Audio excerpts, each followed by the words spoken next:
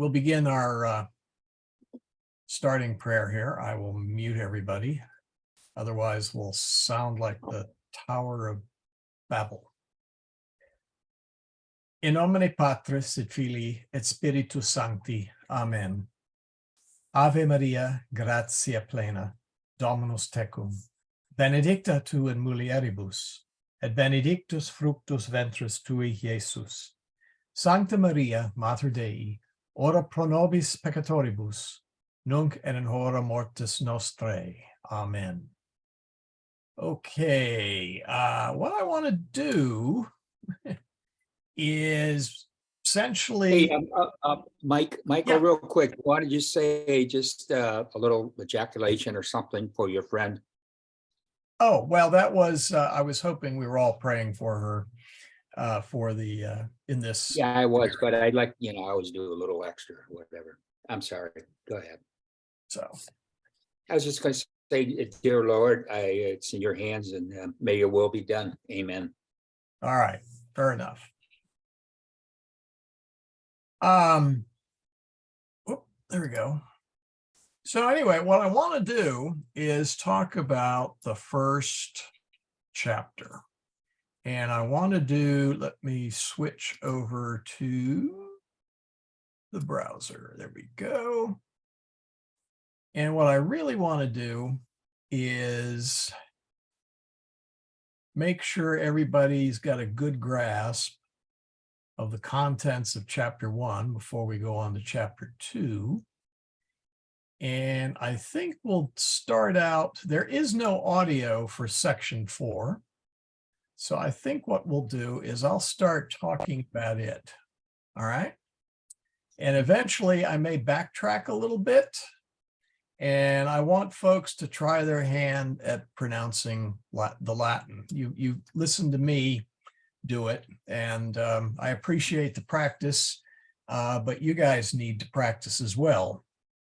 So anyway, the Grammatica Latina, pars quarta, it discusses singularis et pluralis, or singular versus plural. So nilis fluvius manius est singularis, sed nilus et renis fluvii mani sunt. Fluvius singularis est, fluvii pluralis est. Singularis, US, pluralis, I. Intelligitisne? Everybody understand? Mm-hmm. Yes. Right. This is where switching back to English, this is what I was talking about with those endings, is we see the singular, and then we see I should highlight over there, we see the singular. And is there a Latin word for yet? Let me get to that in just a second. Fluvius and fluvi. And the answer is, yeah, there's only one I in pluralis. And the reason for this is pluralis is being used not as an adjective, but as, too small to see, sorry. There, how's that? Better?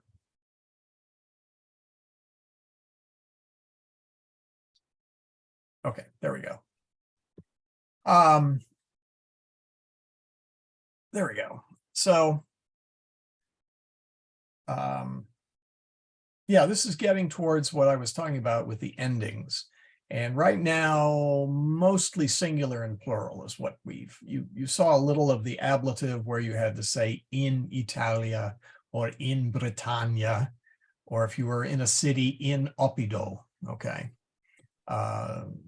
You'll see more of this when we hit the chapter 2, you'll see a lot more endings. So, I'm sorry, I forgot to say, yeah, singularis and pluralis are not adjectives here. They are qualities or kinds of words, okay? So if I said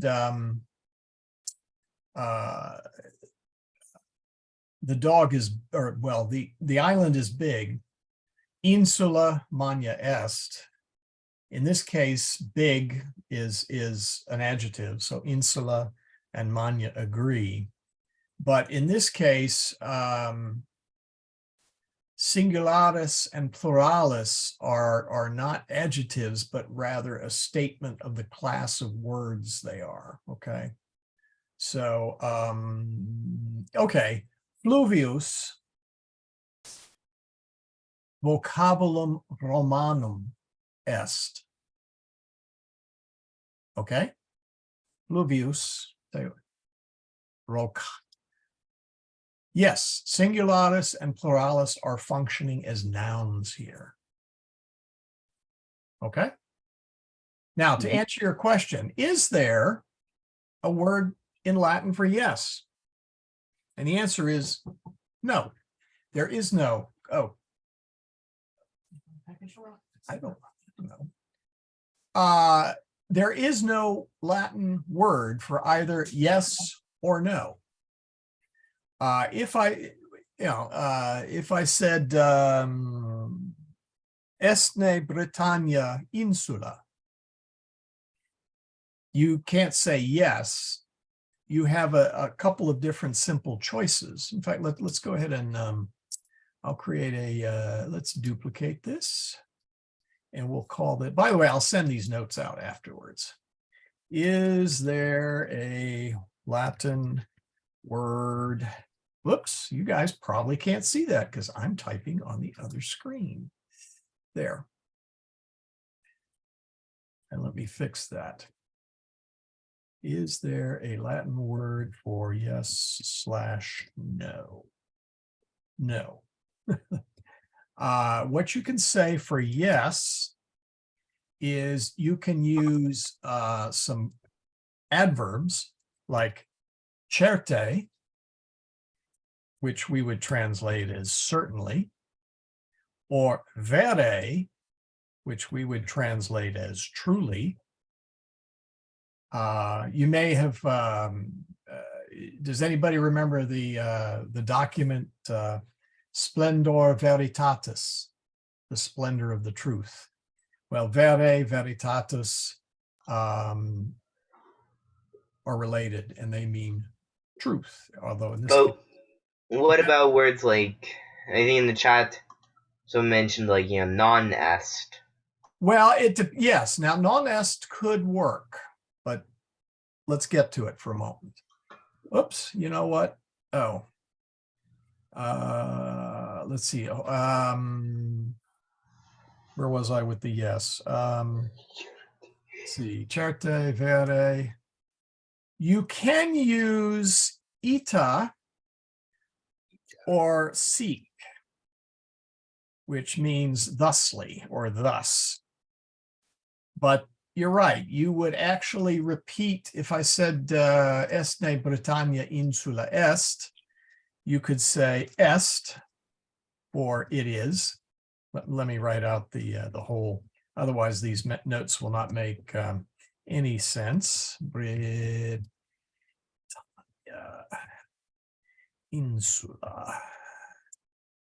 Shall we say a parva? Okay, no, we'll say magna. Magna, yeah. Yeah, magna. Hey. And there we go. There you go. And you can say est, it is, or est magna, or it is big. Mm-hmm. And you can also say one of these. So let's see, or just, whoops, my wife made it. Or just repeat the phrase / verb. So there we go. All right, let me put this, there is not. So that's one way. The other one, is estne imply a negative answer? No, that is only num. Estne literally means is Britain a big island? So you could also say Est Britannia insula parva. Yeah, there's doesn't matter. It's only if you say num that the implication is that the answer is no. There's another word that you'll learn later on, nonne, which is the opposite, meaning it implies the answer is expected to be yes. But you haven't had it yet, so. So what about no? All right. Well, you can repeat. Whoops, the phase. Let's make that phrase. How's that sound? Yeah, that looks a little better. You can repeat the. Well, let's see. Let's keep them in parallel here. You can say. Oops, no. You can say minime, which means not, well, it really means minimally.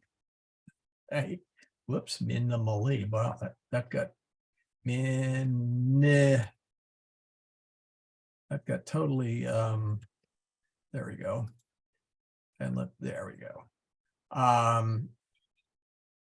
Literally, minime means minimally, but it really means in this case, no, not at all would be a better translation of that. There's a couple other words. The other thing, of course, is you repeat the verb. So if we were to steal our example up here, we'll make it parva, and you would say non est or non est. Whoops. Est magna.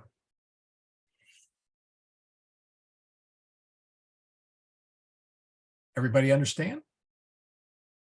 Yes. Intelligentisne omnes. Good. So yeah, there's oh yeah, whoops. Thank you. Known as parva. Thank you. This is called fingers and mouth and brain are not all synchronized tonight. So let's see, where were we? All right. Back to the Familia Romana, I think. So, any questions on the fourth part? Hopefully everybody read it. For the US endings, the singular is US, the plural is I. For the A endings, Corsica insula magna est, singularis, Corsica et Sardinia insulae magnae sunt, pluralis. Insula singularis est, insulae pluralis est. So, exempla, littera, litterae, provincia, provinciae, littera, Gallia, we will skip those. Brundisium, oppidum magnum est. And Michael, where would Brundisium be today? Does it have a current? Oh dear, I should know. I'll look it up. Yeah, look at it if you would. I've forgotten now. Oh, I think it's called Brundisi now. Yeah, I think they dropped their UM. Okay. I think it's just Brundisi in Italian these days. I've heard of Brundisi. Okay. Yeah, I'm not exactly sure where in Italy, but Down by the bottom. I want to say it's near the boot, the heel of the boot, but I'm not sure. oh, I think you're right. I think it's the heel of the boot. Yeah, that's right. Yeah. Actually, I always thought it. Yeah, y'all are right. It Yeah. is Brindisi and it is in the heel of boots. It's in Apulia. Yeah, I always thought is it? There we on go. the Adriatic Sea. See, I always thought this really wasn't a Community. boot. It was kind of a high heel, you know, Oh, I see it now. Yeah, look at the map. because of the you know, the little yeah, I mean, you know, if that's a boot, then man, you know, you got some really high arches there. So I looked up Brindisi, and it is interesting. If you look at like Italy, France, and a few others, they call their cities communes. I find that very weird because they're not communists. So why do they call oh, them no. Well, okay. communes? As in community. I guess. Yeah, as in community. All right, let's me find where did, oh, okay, where did Tertia, whoops, where did 4 go here? Ah, here it is. So we're back to here. Yes. So anyway, yes, Brundisium oppidum magnum est. And again, it's not because Brundisium ends in um, but rather it is oppidum, which is city. Magnum describes city. So oppidum magnum, oppida magna, pluralis. Brundisium et Sparta oppida magna sunt. Oppidum singularis est, oppida pluralis est. And exempla, vocabulum, vocabula, exemplum, exempla, etc. Okay, so everybody's comfortable with that, right?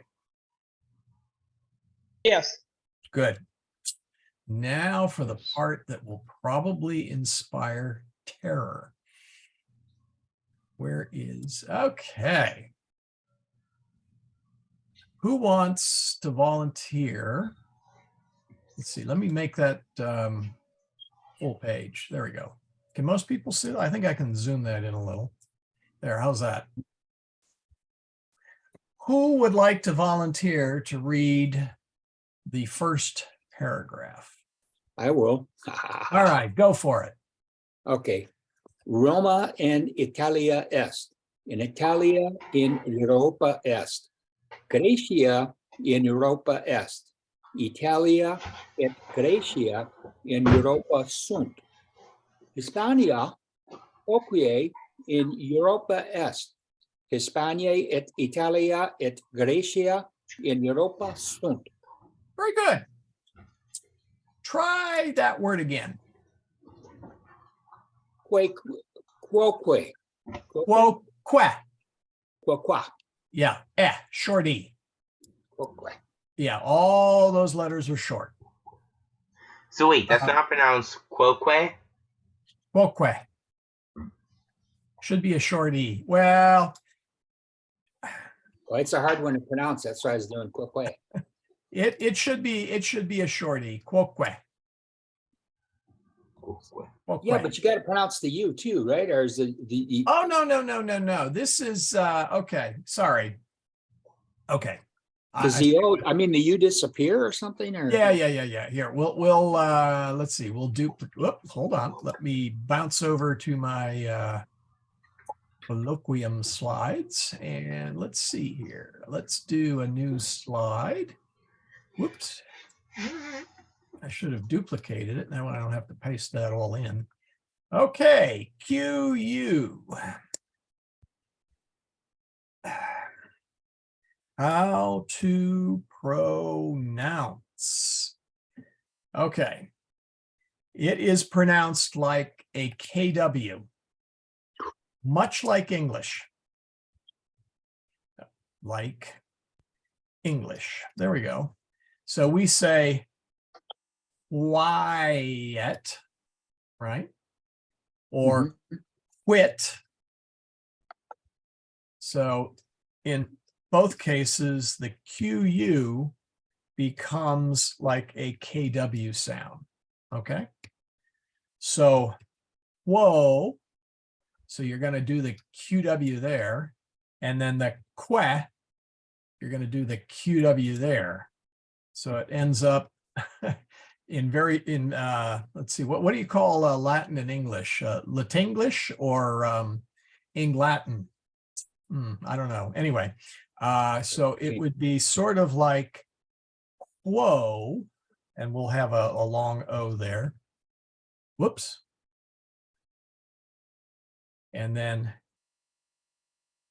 QU short. Oh, sorry. I want to make that. Let me Like an EH. Yeah, I want to do a, hold on. I want to do a short. There we go. Quo, que. Okay. Make sense? Just a question. I thought when the vowels, when they weren't marked, they were considered to be short, right? But yet you're making the O long, the first O. Yeah. That's, I'm trying to use their rules when I pronounce this stuff. Technically, you're right. It is a short O. Whoops. Let me hold on here. Technically, you're right. It is that. Whoops. Quoque. There you go. But I defy you to really put a short O in there. Now, maybe you'll do a better job of it than I will. It sounds better with a long O. It sounds better with a long O. Yeah, I would go with quoque. And make that a long O. If you want to make it a short O, it'd be quaque. And we can tell you what. Let's head back over here and listen. Well, didn't you say that? Hold on. Okay, go ahead. I was just going to say a general rule about the pronunciation. Well, hold on. Italia in Europa est. Grecia in Europa est. Italia et Grecia in Europa sunt. Hispania quoque in Europa est. Yeah. Anyway, to my ear, that's a long O and a short E. Yeah. Well, I thought I said quoque. Yeah.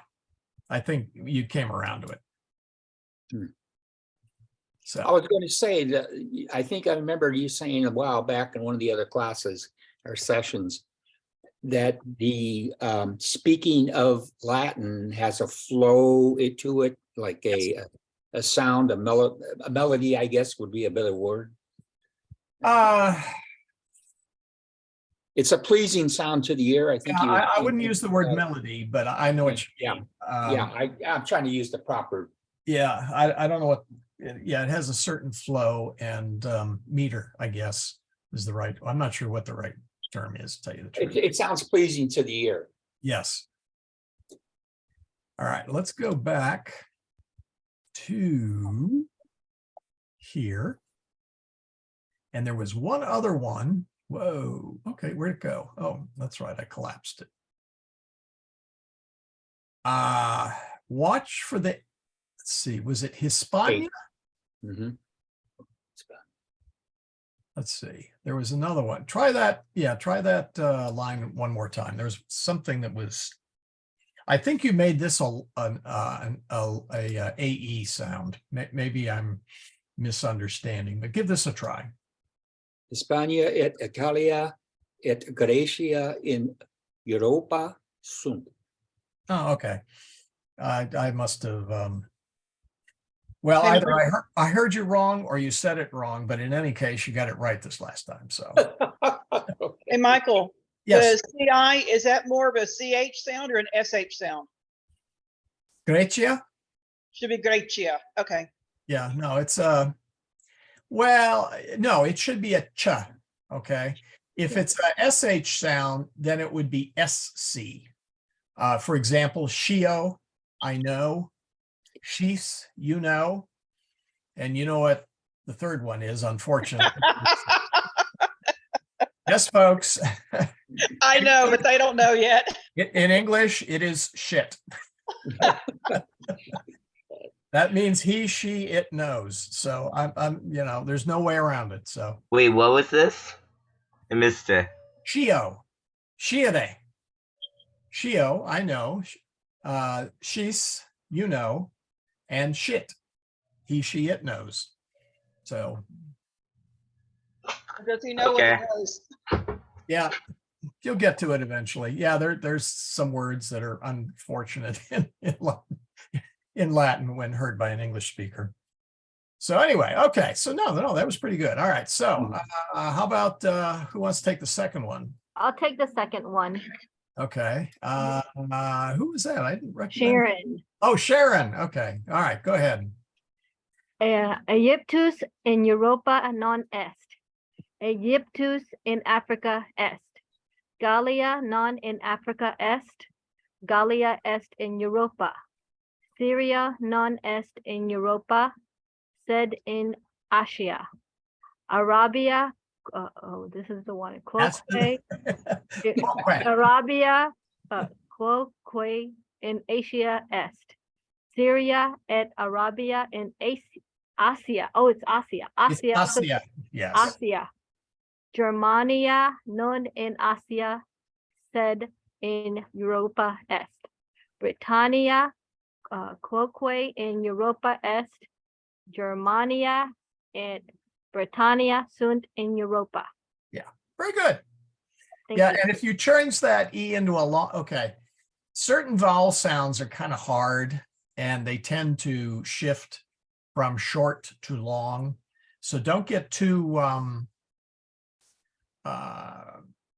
stressed out about it. So if your quoque sounds more like quoque, don't worry about it. Just, over time and practice, it'll percolate in, hopefully. Even within English, there are even with in English, there are variations. If I told you how do you pronounce, let me type this in the message. How do you pronounce that word? Route. route. I say route. The Yeah. route. It depends on what part of the country you're It from. depends on what part of the country you're from. Yes, some people will say route. Say And route. others will say route. Mhm. I don't recall. There's some movie that I had a snatch of with Burt Reynolds in, of all people, stuck in my mind. And somebody used the word, root, and he looked at him and glared and said, "Hog's root." The word is route. So anyway, yeah, it depends on where you are, or where you're from. But there's other, other variations. So, everybody speaks every language with an accent. You just want to make your accent as best you can so that you can be understood in that language. I mean, there's variations in German, there's variations in French, there's variations in Spanish, variations in Italian for that matter. So, but yeah, quoque, but we'll get practice. Michael, I got a question on the pronunciation of the word for Egypt. Uh-huh. Are you dropping the G and it's just No, Egyptus? it is Egyptus. Egyptus? Yeah, it's a soft not G. Yeah, like Egypt, similar to the way we say Egypt, only we got to put a nice Latin sounding ending Yeah. in. Yeah, as a J, yeah, would be a better, soft G or a J. Now, Okay. English has the same thing. We have gems. Okay, that's a soft G. And then we have, we have God. That's a hard G. So, so in Latin, they have hard and soft G's as well. They follow a similar rule. Well, the G follows the same rule as what the C does. So if your C is in front of an I, or an E or an AE, then it is usually a soft C. Mhm. You may have heard of the word Chelum, heaven, Right. or Regina Caeli, Queen of Heaven. Mhm. So in that case, the C is soft. But we had, let's see, did we have a nice C word in here? Here we go. Corsica. Well, that's in front of an O. So that's a hard C. Yeah, it sounds like a K. Yeah, sounds like a K. Exactly. All right. So who wants to take Esne Gallia? I would like to. Okay, go right ahead. Esne Gallia in Europa. Gallia in Europa est. Esne Roma in Gallia. Roma in Gallia non est. Ubi est Roma. Roma est in Italia. Ubi est Italia. Italia in Europa est. Ubi sunt Gallia et Hispania. Gallia et Hispania in Europa sunt. Excellent. Now, Thank you. one of the things she did is she read it as if she meant it. Right, the inflections. For the, Yeah, for well, the yeah, sentence. right. Yeah, exactly. So try when you read this that you put a little you don't do it too monotonically. Mhm. She had a nice R too. You had a nice R, yes. And that was what, Christine, or sorry, Christian? Heather. Whoop. Wait a minute, who was that? It's Heather. Oh, Heather, there we go. Sorry. Okay. So next one. Oh, any questions on that? Yeah. So now we have the next one that rolls over the page here. Any volunteers? I'll do it. And didn't you just do that? This is my daughter, Alexandria. There's 3 of us. Oh, sorry. Oh, that's right. You're the whole family. Yeah. Go ahead. Esne Nilus in Europa. Nilus in Europa non est. Ubi est Nilus. Nilus in Africa est. Rhenus ubi est. Rhenus est in Germania. Nilus fluvius est. Rhenus fluvius est. Shall I continue on Yeah, the bottom page? there we go. Thank you. Yeah. Thank you. Nilus et Rhenus fluvi sunt. Danuvius quoque fluvius est.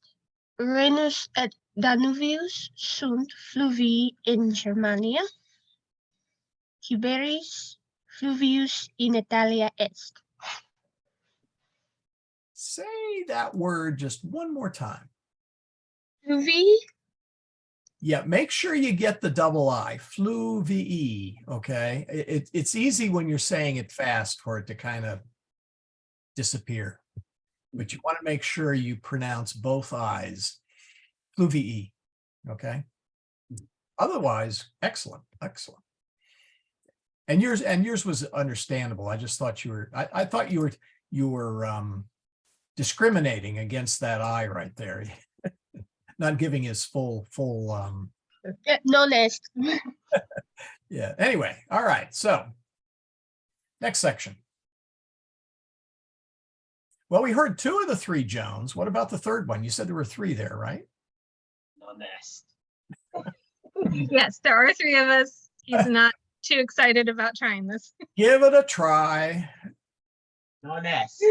But now tell you what we'll do is we'll all mute our microphones, and that way you won't hear any giggling. Would that make it better? Non est. No, in this case, you should, okay. Here we go. Hold. Let's see if I can spell this right. Haudquaquam. Make sure that, there we go. I want to make sure that the autocorrect doesn't auto-destruct it. Holdquaquam is roughly the Latin equivalent of no way Jose. So instead of non est, you can say that. Oh yes, let me put that on the notes. Yes. There are all sorts of, oh darn it, let me just do No way, Jose. Okay, H-A-U. Actually, let's put this up here. No, we'll make a new sheet. H-A-U-D-Q-U-A.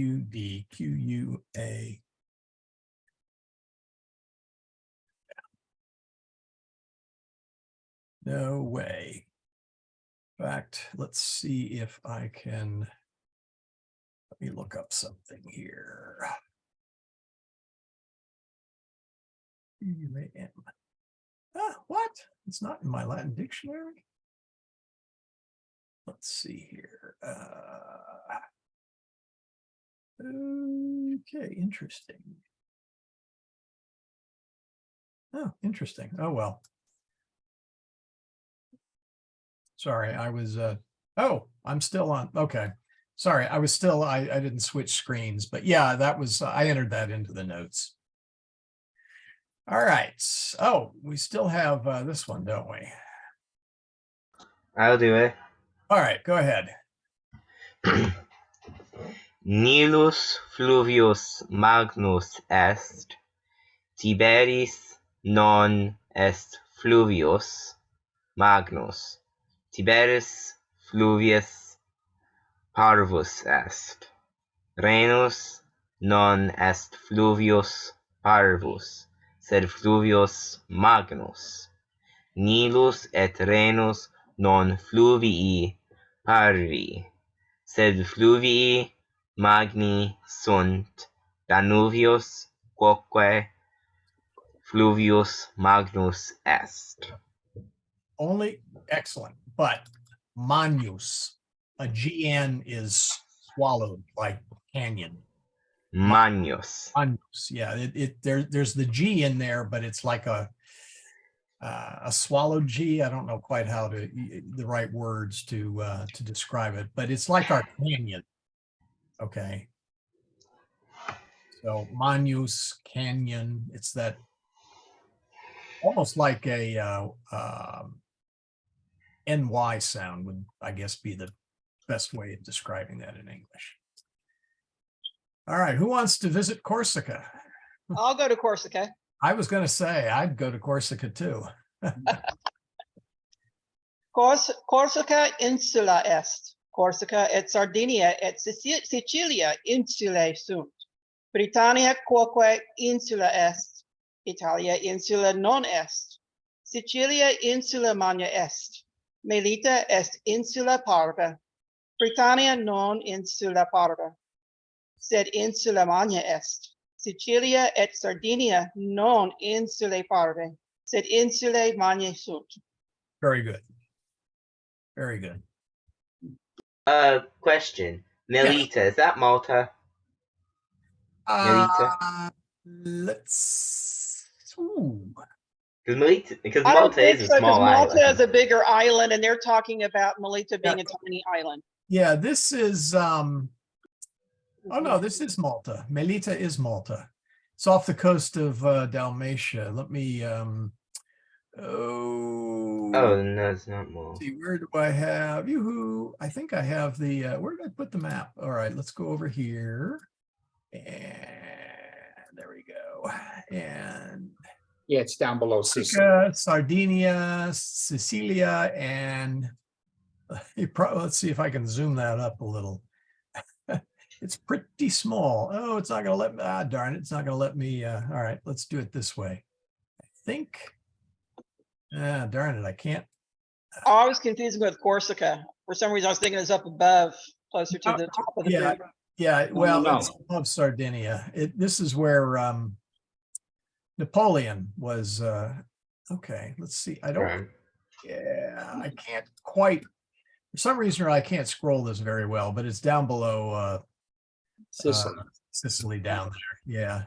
Paul spent some time there. So Well, All right. go ahead. let's see, where were we here? Okay. You were going to say something? No. That's okay. All right. Who wants to visit the high heel? I can go next. Sure. Brundisium oppidum est. Brundisium et Tusculum oppida sunt. Sparta quoque oppidum est. Brundisium est oppidum magnum. Tusculum oppidum parvum est. Delphi quoque oppidum parvum est. Tusculum et Delphi non oppida magna, sed oppida parva sunt. Wow. Good. That's very Uh, good. my only criticism is that should be a short O. It should be oppidum. Oppidum. Now, you've probably heard me say oppidum because a lot of words in English that begin with O are naturally long. And so, actually oxygen. Okay, so it isn't. All right, maybe not. But anyway, yeah, I'm sure I've made that a long O from time to time. But oppidum and oppida. Otherwise, very, very good. All right. Oh my, this is a long one. Well, let's see. Can I go to, well, I'll tell you what, we'll just do this part. Oh, wait. Is this in section? Oh, this is in section 2. So tell you what, let's do it this way. Let me jump to section 2. And There it is right there on your map, Malta. yeah, there we go. It's like a trip. There we go. So let's do this one. I don't think everybody's gone. Most people have. Any takers? Well, I've been avoiding it because like I'm gonna pronounce everything wrong. Now wait a minute. That was Laura, right? Yes. Okay. Now you go to a Latin mass, right? Yes. You were in the choir, right? Well, not starting that this choir, week. but Well, others. I used to be in a Latin mass choir. I might be joining the Annunciation one soon. Okay. Well, I think you should, by the way. I think you should. Okay. I think you didn't you say you used the Pius X method where everything was long? Something like that. Yeah. Yeah, well, don't worry about it. Go for it. Okay. How do you say that? Real quick, how do you say that word? Like the one that's the Greek island that starts with the EU. How do you say that one? That one. Yeah. Where is it? Okay, hold on. I have to see. That one. All Yes. right. You're going to take the EU like Europe. So Uboea. Uboea? Yeah, Uboea. Uboea. Okay. And Uboea, okay. I can show you on the map where it is. Okay. And it is a small island. So anyway, go ahead. Yeah. Okay. You're Hey, gonna have to scroll in the Michael, before she starts, the EU, do we pronounce the E and U separately, but like Aobuoya? No, Or is it Oboya? So they do run together. they like they run do in together. Europe. like Europe. Okay, Although, so it's Europa, not Europa. pardon? So it's Europa, not Europa. As in Europe. Yes. Yes. So that's So, Europa. Yes, Europa. Yeah, she's pronouncing it with an A sound, but it's not. Say it again. Europa. It's Europa. Is that correct? Or is it Europa? See, if it's you not- separate the vowels, the E makes the A sound. I think that's what she's getting at. Yes. Europa versus Europa. Or Europa. Europa. It's kind of a, Europa. yeah. I don't Europa. know. What would you call it? Kind of like an OY sound? Europa? Okay, so that one's gonna be Oiboya. Yes. Yes. Okay. Okay. Oiboya. Yes. Oiboya. Oh man. Okay. Why did I volunteer for this? Okay. Yeah, Here we you go. picked, I hate to say it, but you picked a doozy there because you've got all these islands. Yeah. All right, go ahead. Yeah. I'm having many second thoughts, but it's too late now. Okay. Yeah, too late. But look at it this way, you'll provide the entertainment for this evening. So, you know, True that. that'll be a valuable class contribution. Okay. Ubi est Sparta. Sparta est in Grecia. Sparta est oppidum Graecum. Sparta et Delphi oppida Graeca sunt. Tusculum non oppidum Graecum, sed oppidum Romanum est. Tusculum et Brundisium sunt oppida Romana. Sardinia insula Romana est. Creta, Rhodus, Naxos, Samos, Chios, Lesbos, Lemnos, Euboea sunt insulae Graecae. In Graecia multe insulae sunt. In Italia et in Graecia sunt multa oppida. In Gallia et in Germania multi sunt fluvii. Sunt ne multi fluvii et multa oppida in Arabia? In Arabia non multi, sed pauci fluvii sunt et pauca oppida. Good, good. You like to make your O's long for oppida, but that may be, but you know, Pius X would be fine with that. Well, you know, okay, there, as I said, there's different accents within, well, even, okay, everybody agrees that Latin should be pronounced like Italian. I mean, let's face it, you know, was their language. The difficulty of course, is getting down to the nuts and bolts of what that means. And even within classical, there's a couple of different, we'll call them dialects for lack of a better, or accents, for lack of a better term. Even within classical, there is as well.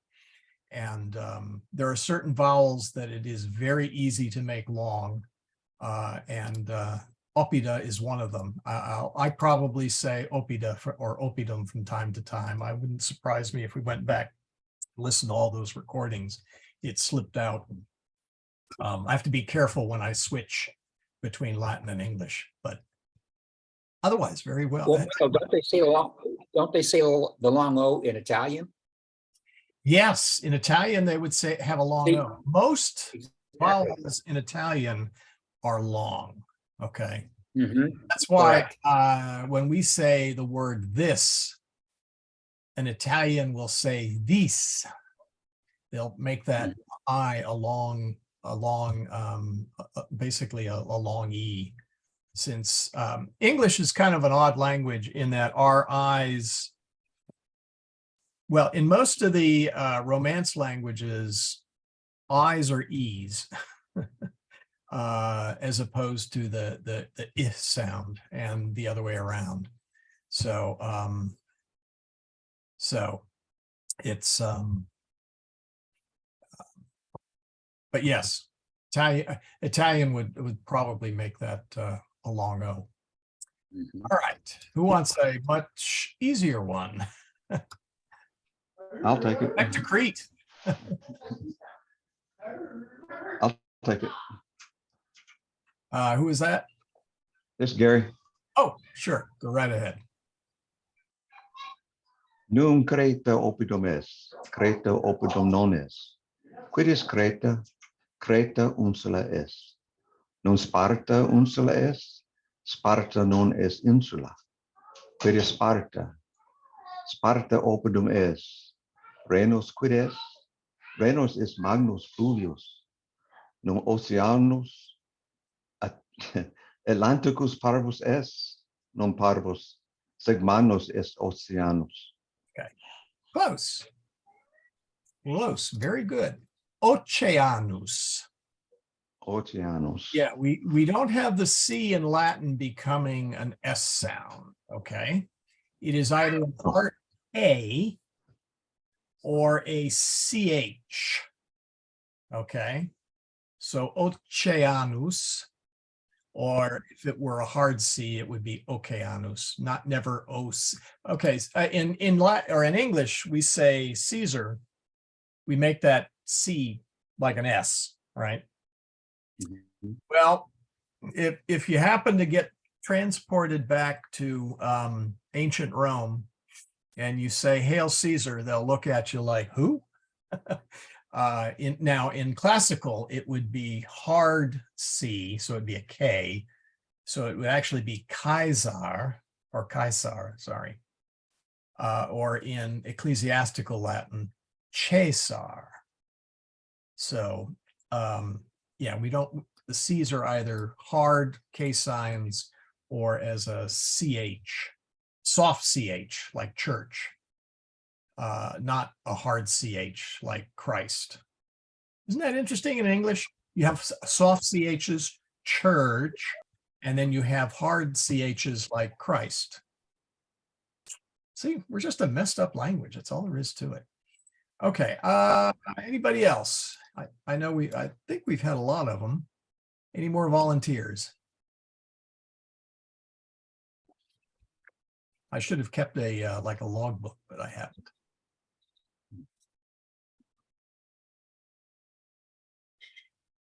Okay.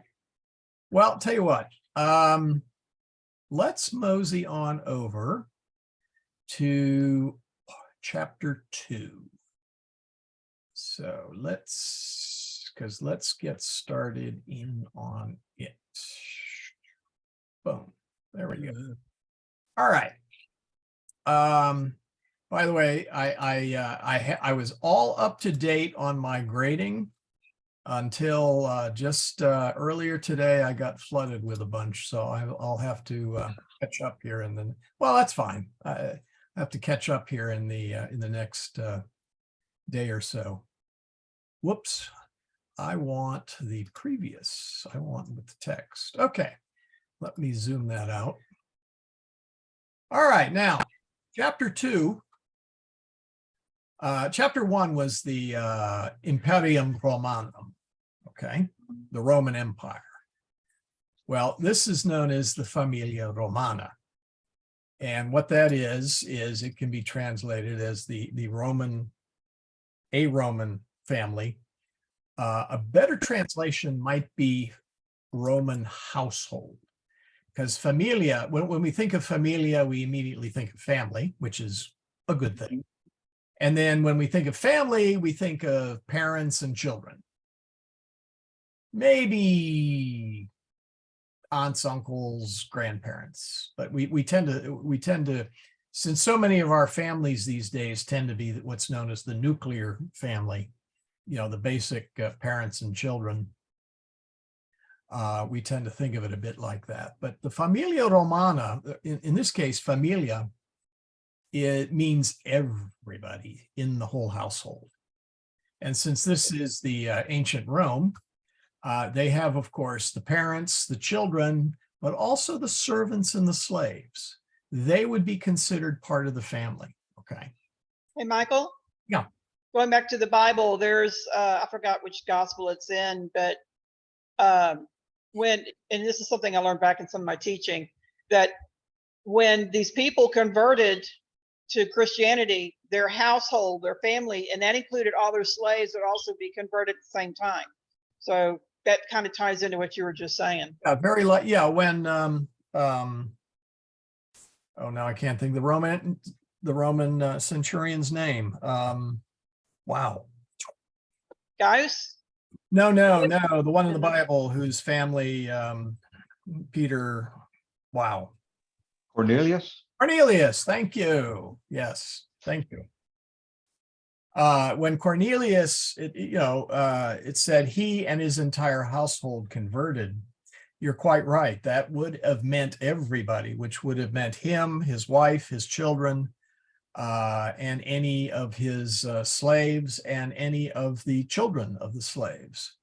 So it would have been, it would have been a, you will sometimes hear that and it's generally Baptists or their flavor who do not baptize children. They will say that there's absolutely no evidence that babies were baptized by the apostles or in the early Christians. And the counter to that is, nowhere is there a prohibition of it. If it was something that was not supposed to be done, it would have been spelled out. In fact, it is not mentioned at all as something you should not do. And by that extension, if you go back and read some of the passage where entire families will baptize, it didn't say except the kids or except the babies or except those who are under 12 years of age or you know, except those who haven't made an altar call or, you know, all the various flavors. So yes, it is everybody. And that goes into the concept of what baptism is. Is it a gift from God, or is it a choice you make to accept God? As Catholics, we see it as a gift. So, but also, but it's a little of both. Be careful. Be a little bit. One of as a the baby, you're not making the choice. Someone's making the choice for you. for so. you, yes, yes, this is true. This is true. Yeah, things in there's a okay, you know, a good example is, are we saved by faith or are we saved by works? Yes. Yes, it's both. Okay, yeah, quite right. It's both. Mhm. Now, what that sentence does is there's a whole big preamble in front of it. So, you know, but yeah, often in you know, in Catholicism, things are not like white or red. Okay, they're not pink. They're not often not a fusion. They're usually both. You know, like, was Jesus a man? Yes. Was Jesus God? Yes. Was he some fusion of divine and human that produced like something else? And the answer is no. No. So often things in Catholicism are not either or, but both, and both in a unique way. So so be a little bit careful about it. It's real easy to when you're talking about the faith to paint yourself in a corner that way. But anyway, let's get back to this, because we got half an hour, maybe not quite.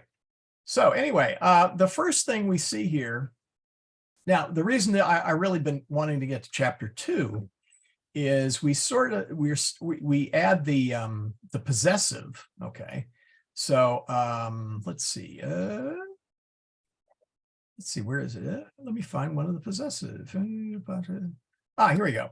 Julius, Aemilia, Marcus, Quintus, Julia, Sira, Davus, Delia, Medusque, sunt familia Romana. Boy, that's what Wow. they're referring to is, okay, now I'm skipping ahead. Julius is the father, pater. Julius via Romanus est, pater est, he is the father.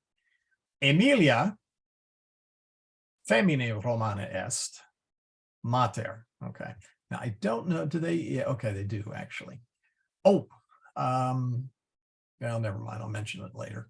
So Filius, Marcus et Quintus, Filia, Julia. Servus, or I should say servi. Servus, servus, serva, serva. Servus is the masculine form. Serva is the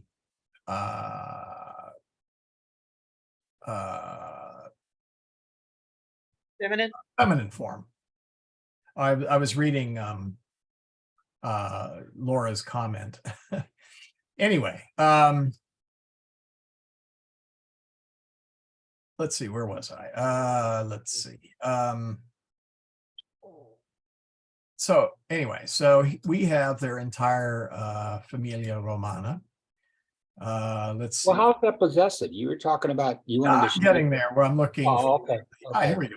Julius pater Marci et Quinti est. Julius, father of Marcus and Quintus. So here Marcus, where is, do we have yeah, they don't have it on they usually have it on okay. What you will find on this one, let me go back here. Sorry about this. Let's go back here. Okay. This is in the Latine disco. This you really do need to read the Latine disco first, I think, before you read in the into the Latin text. Okay, and we're only now. The Latine disco is a continuous version of a book. you don't need to read chapter 3, okay?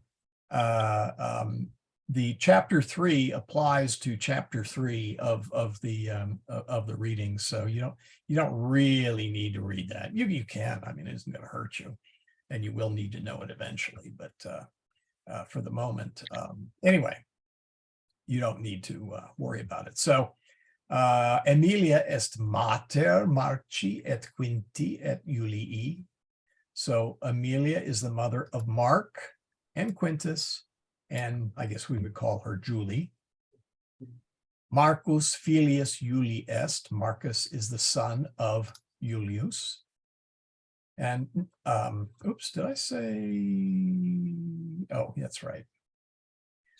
Marcus filius Ameliae est. Marcus, son of Amelia, is. So this is where we begin to pick up the genitive or the genitivus or possessive endings, if you want to call it that. And so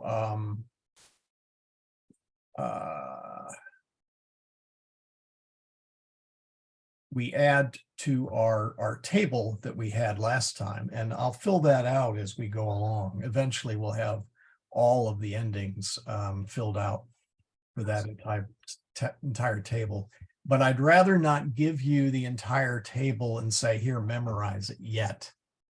This is the natural method, and we generally explore the grammar through reading first, and then we get down and dirty, as it was with the grammar. Well, should we be memorizing, I guess, the partial chart, like the nominative, and then the singular and plural, and the stuff where I get confused. The ablative, and then the you know what I'm talking about? No, you just know the nominative, singular, and plural, and a little bit of the ablative, and that's it. Okay. This section will introduce the genitive. Oh,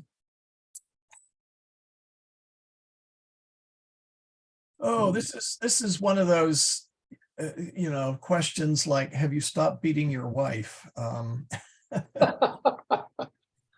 Yes, you should be memorizing the endings, but I don't want you to memorize them without the context yet. And that's where I get confused, Michael, because all right. Well, okay. Let me bring up the like A can be used in different. Let me find. Come on, I know I got it. All right, let me switch here for a second. Okay. This. Okay. Okay, perfect. Oops, that's the second declension. Where did I put the first declension? Oh, there's the first declension. All right. So in the notes from last time, I had the first declension and second declension. All right. If you want to memorize that table, if it helps for you to memorize it in tabular form, by all means, go right ahead. Okay. Everybody memorizes differently. Okay.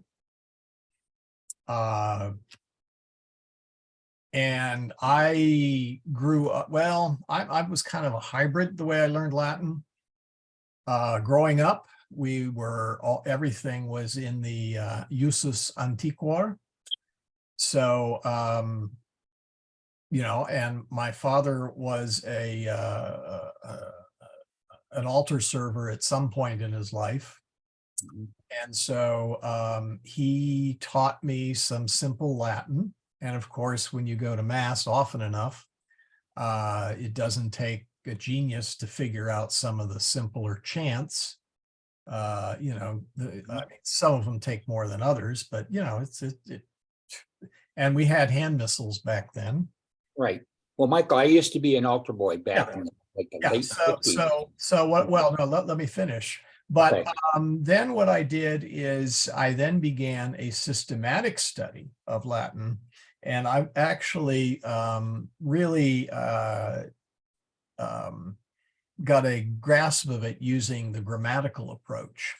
And that's because the grammatical approach, like in Collins, was the only way to do it at the time. There was, the natural method didn't really exist anymore.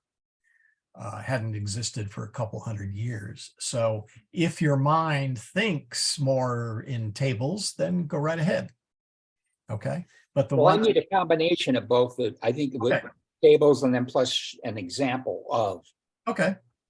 you know what I mean, in a sentence. Then I'm beginning. Then it clicks in the head. Okay. Okay. So yeah, good. We will see. Oh, there we go. Here's a yeah. So here's a table. We will see this. I have all of these from the Collins era, and we will introduce them in as the time comes appropriate. See, as I said last time, you just need to know the nominativus and really the singular and plural. These are really the two big ones. Now you do need some of the ablativus for prepositions, but we'll fill that in and we'll have that table eventually complete. And that's probably then when I will start hammering on tables. If you now, oh, by the way, okay, excuse me. Let me, oh, where is it? Hold on. Let's see here. Okay, where is it?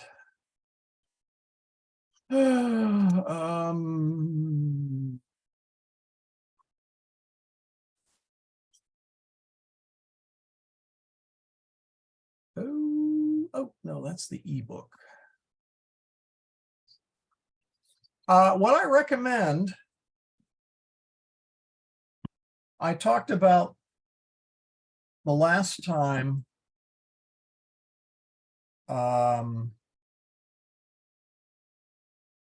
let's see. Eventually in the Latine disco, whoop, let me go back over here. You will start seeing the entire set of, let's try chapter 3 just for the moment.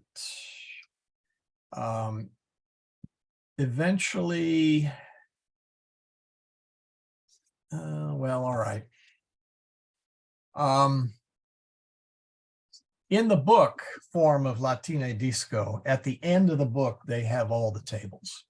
Oh, I'll tell you what, wait a minute. You've got Collins, don't you? I was just going to say I've got Collins, and I'm Yeah, looking look at like the back of the book. Collins has got all those tables in the back of the book. Well, yeah. Plus he does a pretty good. I'm spending probably more hours trying to get it in my head where it clicks. And I'll sit there until I get it, and that's the problem. I've eaten up time, but I don't care. He's got like kinds of sentences in there, which is great. Where I'm beginning to go, okay, now I'm beginning to understand what he means, or what you mean or what this means with the natural way of saying it. Yeah. It's like I need a combination of both because they use the same ending, but again, it's like you said in one of the earlier classes. It depends on how it's used in the context of a sentence. Right. Even though, you have an AE, which can be singular, right. I mean, it shows up in the chart in different areas. Yes. And that's what I was looking at the chart and trying to memorize the chart, and I'm going, no, this isn't working. You know what I mean? Right. I was just getting confused. Okay. Well, if the tables are helpful, use them. Well, it's a combination of tables and this. I understand. Okay. Tables are useful. Fine. When we get through the second section, when we get through the second chapter, I will fill in rows of the tables. So eventually those tables will be completely filled in. But let me answer Laura's. Does every single name in Latin have to have a declinable ending? Oh, when you say name, do you mean a person's name, or do you? Yes, names of people, yes. If it's a person's name, yes. If it is a true Roman name, then yes. true Roman name. Mhm. There are names in the Bible that are not even remotely Roman. Mhm. The Some Hebrew. have gotten Romanized, some have not. But there are names that are indeclinable, and you just use them. I'm totally lost at the moment thinking of one, but you would not change the ending based on the grammatical function. There are ways of taking a non-Roman name and Romanizing it and beating it into a proper form. A good example is Peter, which, if you recall, in Aramaic is Kephas or Kepha, Kephas, not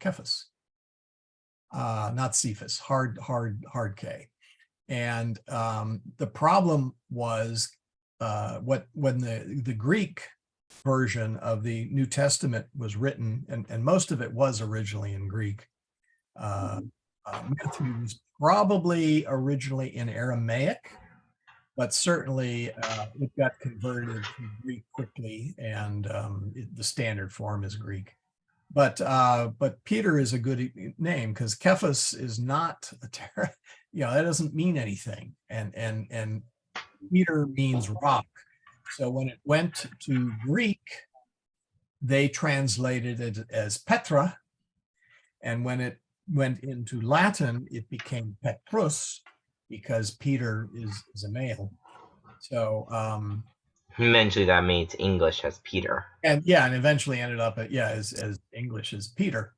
So and in fact, who's heard of saltpeter? I have, yeah. Yep. Yeah, well, what they mean there is a rock salt of sorts. Peter being the rock.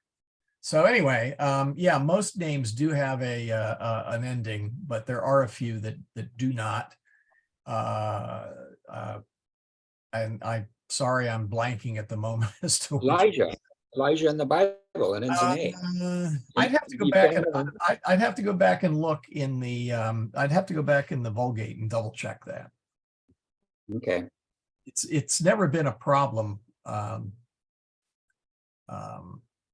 Well, Elijah ends in A, so Correct, which is and that the reminds- male, but here it would be female. Well, I mean, no, because if you remember a couple charts back, I mentioned there are masculine form. Some A ending nouns are masculine. that's By right, virtue of like the Papa, yeah. Papa You're right. is the classic. You're right. Yeah, Papa. Correct. Elijah is another one. You got me.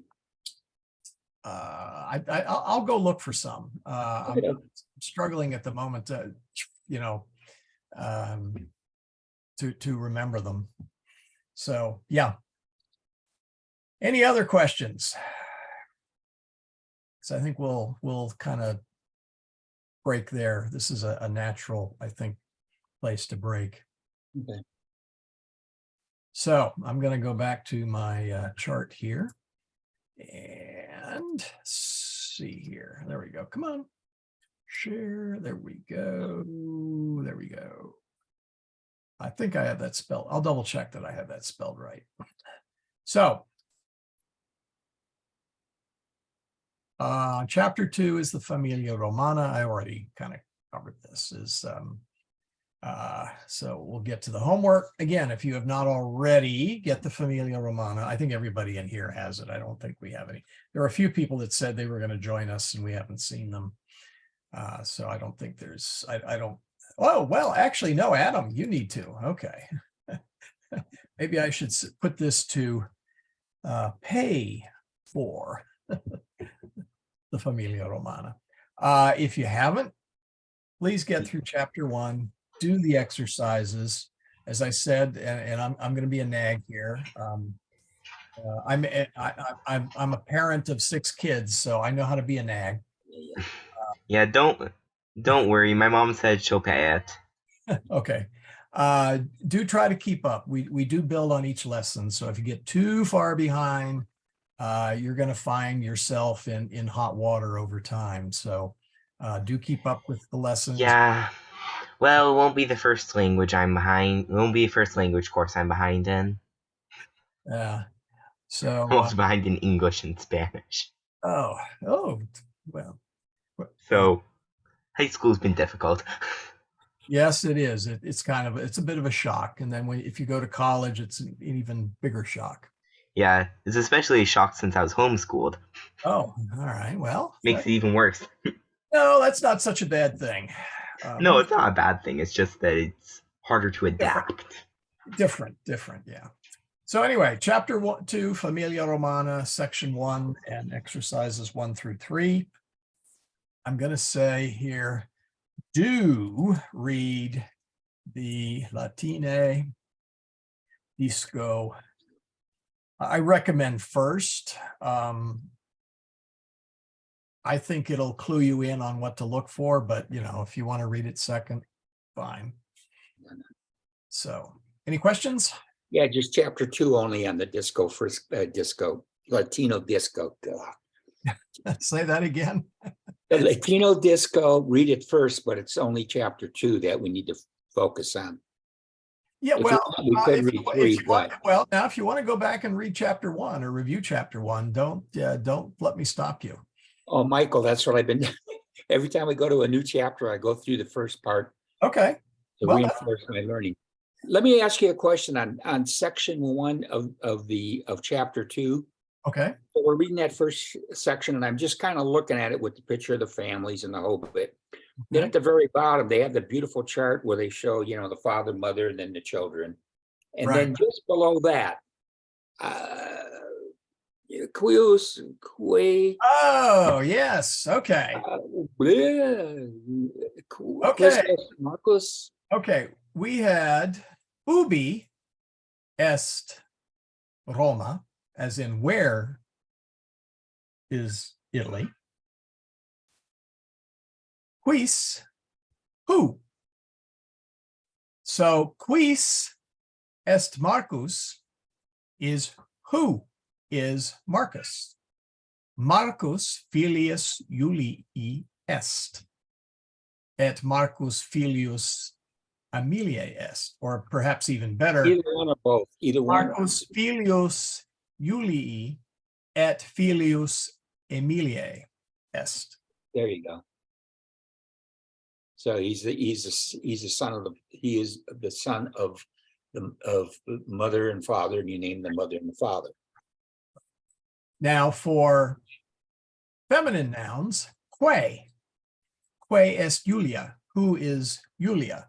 Now they're being mean to you because there's a Julius, who's the guy, and then there's a Julia, who's the girl. Okay. Now that was very common actually in Roman families. Is generally the men or the boys got unique masculine names, but the daughter often took the feminine form of the father. Okay. Oh, okay. So this would be fair. This would be a very typical Roman family. What if a Roman family had more than one daughter? Well, some of them gave the daughters the same names. Personally, I think they should be beat up for that. I believe it was George Foreman named all of his sons George. He had 4 boys. Yeah. They're all named George because he think they all deserve to have his name. So I've got some ancestors where there were like 3 Johanns that were brothers, and doing genealogy was kind of a nightmare when I hit them. It's like, why?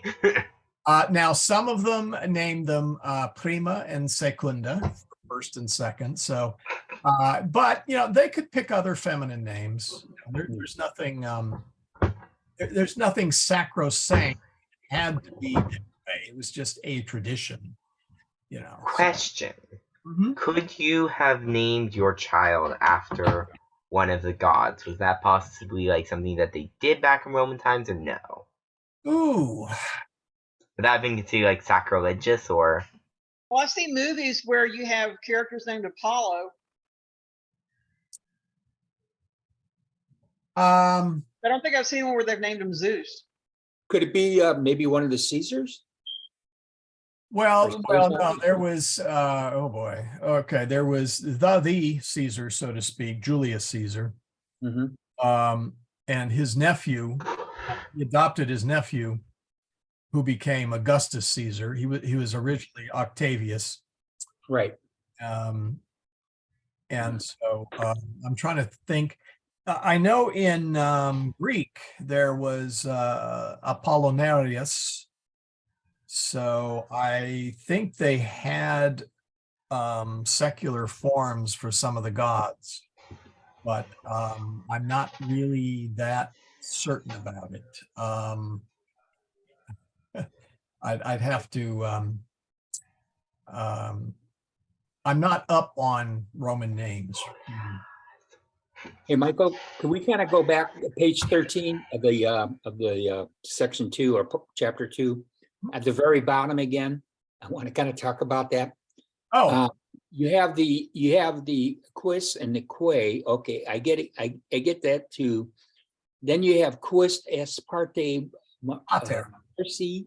Quis es pater Marci? Who Marci. is the father of Mark? Okay, there it is. Okay, now I got it. Marcus, nominative. Right. Marci, genitivus, genitive, possessive. See, So- I was wondering why it's Marquis I and the one above it's Marcus. Right. This is because this is, oh, what's the word for this? Not subject. It's a predicate noun. That's it. Okay, a predicate noun. Let's take a simple one for the moment. Let's say Marcus est filius. Okay. A predicate noun is always in the nominative case. Okay. It functions. In fact, Marcus est filius, you can turn it around. Filius is Marcus. Mhm. There's an equivalence there. If there's an est, it's like saying equals. It's like a math, if we were writing this in mathematically, we'd say Marcus equals Filius. Mhm. So that has to be in the nominative case or nominativus. So nominative, quis est pater. Pater is nominative. Que est mater. Mater is nominative. Okay. Then what happens with We said Mark. of Marcus. So Marcus or Marci here is possessive. Who is Mark's father? See, Mark's is possessive. Okay. We like to say father of Mark. Quis est pater Marci. We like to say who is the father of Mark. Okay. Right. Because we're mimicking the Latin order of words. Okay. Correct. But in reality, we wouldn't say who is the father. Well, we might say that who is the father. Yeah, it fits. But more often we would say who is Mark's father. We would put this in the front. And I think in that case, it would be a little more obvious that this is in a possessive form if it were in English order. But yeah, it's possessive because we can say who is Mark's father. Quis est pater Marci. Que est mater Marci. Who is Mark's mother? See, that's where I start getting confused. The US and the I. I'm sitting there, but you're not changing the what's the word I'm looking for? The number, you're changing Right. the I'm not changing the plural. Okay. One thing I will add to next week's notes, Mhm. I'll make a mental note to add it to the notes. I discussed this in Collins, where we have the same ending in different places. Now, I kind of mentioned it a little bit I mentioned a little bit last time that you had to pick those up by context, Context, how it's used in the sentence. but Right. it's not that different in English. If I just said the word fathers, let me type this into the, well, no, I'll go, let me go back to the colloquium page. Let's see here. Oh, no, this is the one I want. Okay. So let's add this, let's duplicate. So let's see, we have filii, which can mean son or sons. Mhm. In English, we spell it the same way. Uh-huh. In English, we pronounce it the same way. Uh-huh. In English, we cheat and we put a little apostrophe there in order to clarify that. Mhm. However, keep in mind that punctuation and all of those little niceties that we have today, like commas and periods and all that other good stuff, did not exist for centuries. Okay. Punctuation, and if I get a chance, I'll throw in a medieval manuscript next time of a section of the Bible. There is no punctuation whatsoever in that manuscript. And so it would make it very, it makes it kind of interesting to read it because of the lack of punctuation. We're so primed to see punctuation that when it's taken away, it's very difficult for us to sort things out in a text. But if you think about it, in English, when we're speaking it, there's no punctuation in there. Right. Well, unless you've seen Victor Borgia's comedy routine about verbal punctuation, which if you haven't, look it up on the YouTube and watch it. It's quite funny.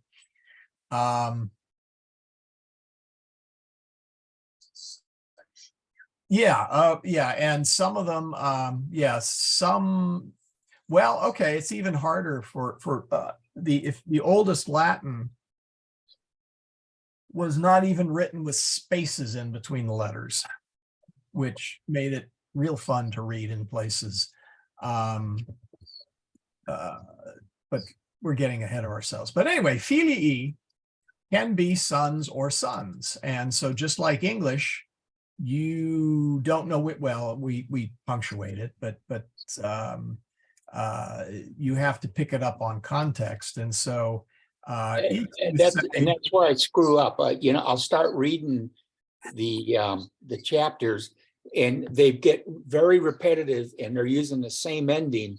Then all of a sudden they throw a curve and then I get a brain freeze because when I go, I'm learning a lot from going to the exercises, to the questions at the end of the chapter that you want us to do. Yep. And that was supposed to turn into you. And I'm sitting there going, well, what, I got to struggle on that stuff for a good hour, 2 hours, just on one sentence. It's nuts. But then once I get it, but it seems like it's that making that transition right away, my brain just doesn't do that. I don't know why.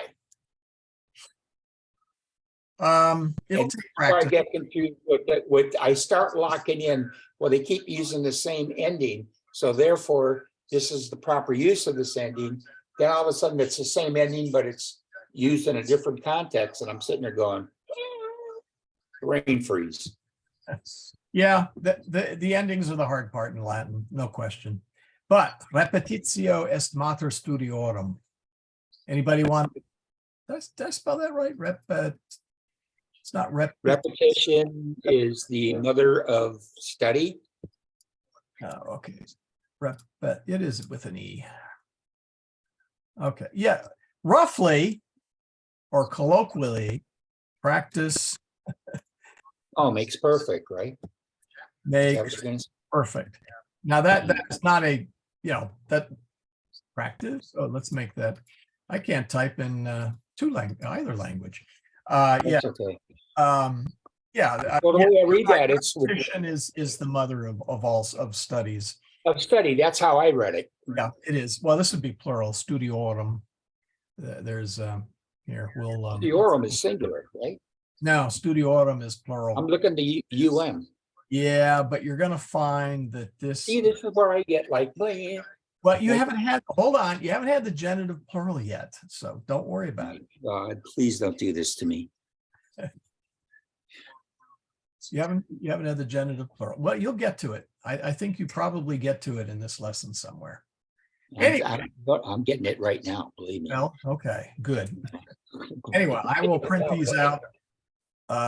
Let's see where, oh, no, this is where I wanted to be. So, yeah, go through chapter 2, part 1, section 1, and work on the exercises. And with that, Okay. we will say our closing prayer, and I'll stay. Let's see, did I miss anybody's question here? Just don't forget about the friend of your family that was Yes, praying. I would appreciate it if everybody would offer this Hail Mary up for my. What's her name again? Her name is Alice. Is my wife still on, or did she drop off? Oh, she probably had to drop off. You know what? I'll say a decade of the rosary. Oh, please do, please do. And really, what I believe in prayer. Believe me. Oh, so do I. My biggest concern is I obviously pray for her physical health. Oh, absolutely. But I would, more importantly, I would recommend you pray for her spiritual health. She has been disabled and bedridden for years, and so her access to the sacraments are very few and far between. And the one that's rather unfortunate circumstances is she requires dialysis, and Yeah. Oh God, that's No, what I'm she- trying to avoid. oh please, oh, it's miserable. Yeah, do whatever you can, but if you got to have it, you got to have it. They put in a port, as it's referred to, Yeah. which is a place that they can hook you up, because Right. dialysis sucks your blood out, runs it through the filters and cleans it out, and then shoves it 3 back. days a week. Yeah, Yeah. 3 days a week. Yeah, no, it's Well, getting back to but her. anyway, funny. no, but let me finish. She has her port clogged up, so she has surgery tomorrow, God. and they have to put in a new one, but her blood pressure is in the toilet. Yeah. So they have I mean, she could die from this surgery. There's a significant chance that she could die from the surgery. I would rather she survive the surgery. The priest is going to come see her tomorrow. That's And right. this change has just happened recently. So that's the other fun part, is she's Who been is this? from hospital to hospital. So it's been kind of fun trying to have the priest show up and, oh, well, she's over here now. And anyway, I would really like to see her receive the confession and the last sacraments there. Well, definitely. I when I pray too, being a little selfish, I'll say, Beckett, that for my spiritual and physical health. Yep, definitely. I'll do the same with her, no problem. Definitely. All right. And I got a clue what she's going to be my future. I hope it doesn't happen. Well, Put it that way. her name is Alice. So I got it, Alice. all right. Let me Alice's restaurant. actually, if I have time, I'll show you Alice in Wonderland in Latin. Oh, cool. But let's finish up. Yes, sir. All right. In nomine Patris et Filii et Spiritus Sancti. Amen. Ave Maria, gratia plena, Dominus tecum, benedicta tu in mulieribus, et benedictus fructus ventris tui, Iesus. Sancta Maria, Mater Dei, ora pro nobis peccatoribus, nunc et in hora mortis nostrae. Amen. All right. So we're done.